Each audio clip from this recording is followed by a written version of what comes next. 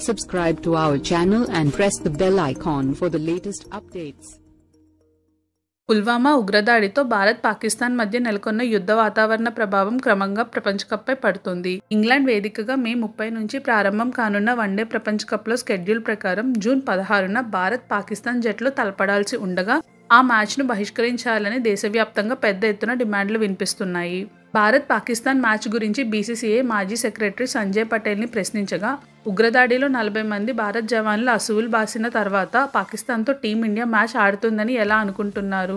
నా అవగాహన మేరకు చెప్తున్నా, ప్రపంచ కప్లో పాక్తో భారత్ మ్యాచ్ ఆడదు. ఒకవేళ మ్యాచ్ ఆడితే దేశం కంటే మనకి క్రికెట్ ముఖ్యమని ప్రపంచానికి చాటి చెప్పినట్లు అవుతుంది. దేశంలో ఎవరిని అడిగినా ఇదే సమాధానం వస్తుంది అని ఘాటుగా స్పందించాడు. ప్రపంచ కప్లో భారత జట్టు ఆ మ్యాచ్ను ఆడకపోతే 2 పాయింట్లను పాకిస్తాన్కి కేటాయిస్తారు. అయితే ఏంటి?